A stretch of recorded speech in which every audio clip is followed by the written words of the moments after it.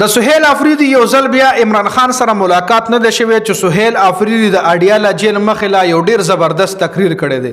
په هغې ډیټیل سره خبره کوو خو هغې نه مخکې الیکشن کمیشن وزیر داخله ته یو خط لیکلی دی د سهیل افریدي خلاف، ځکه سهیل افریدي یو ډیر د بنګ بیان جاری کړو.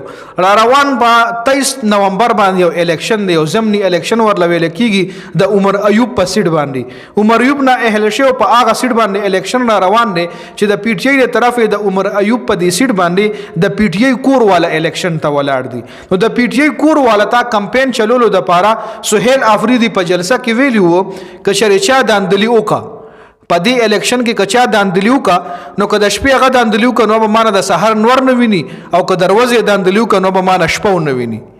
نو دی د سهیل افریدي دی بیان نه پس الیکشن کمیشن وزیر داخله ته خط لیکلی دی چې د کې پی کې سی ایم چې کومه دمکی ورکړې ده نو دا یو ډیره خطرناکه دمکی ده. دا زمونږ افسرانو د پاره او عملی د پاره یو ډیره خطرناکه دمکی ثابت دی شي.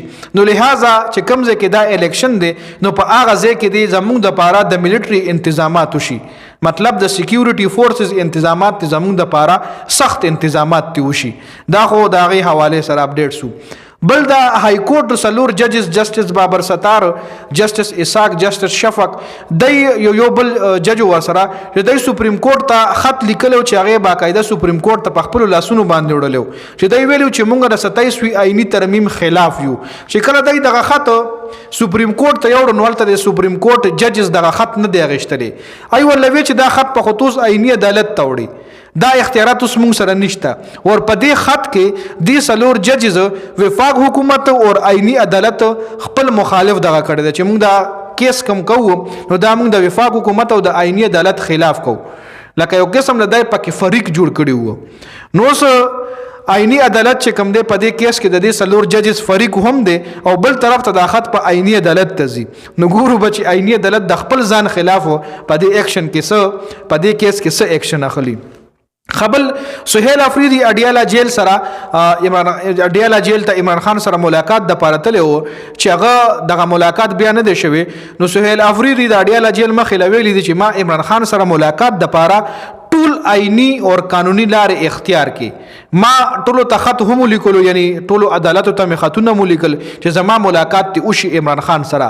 های کورټ ته مې درخواست ولیکلو، 3 ججز راته حکم هم راکو چې ته لاړ شه عمران خان سره ملاقات وکړه. خو چې کله زه اډیاله جیل ته لاړم نو د هغه 3 ججز حکم هم ونه منلی شو او زما ملاقات عمران خان سره ونه شو. د هغې نه پس سپریم کورټ چیف جسټس ته ما خط ولیکلو، د سپریم کورټ چیف جسټس یحیی افریدي ته مې خط ولیکلو، هغه ماله جواب رانه کو. 3 ځله مې یحیی افریدي ته کال هم وکړو چې هغه ماله د کال ریسپانس هم رانه کو. د های کورټ جج ته کور ته لاړم، نیمه غنټه مې هغه ته انتظار وکړو، هغه را سره ملاقات ونه کو.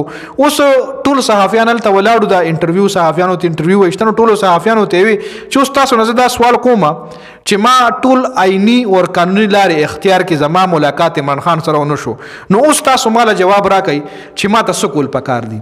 سهیل افریدي د اډیاله جیل مخې له ټولو صحافیانو له دا یو د بنګ خبرې کړي چې ما خو ټولې قانوني لارې اختیار کړو وروره زما ملاقات عمران خان سره نه کیږي.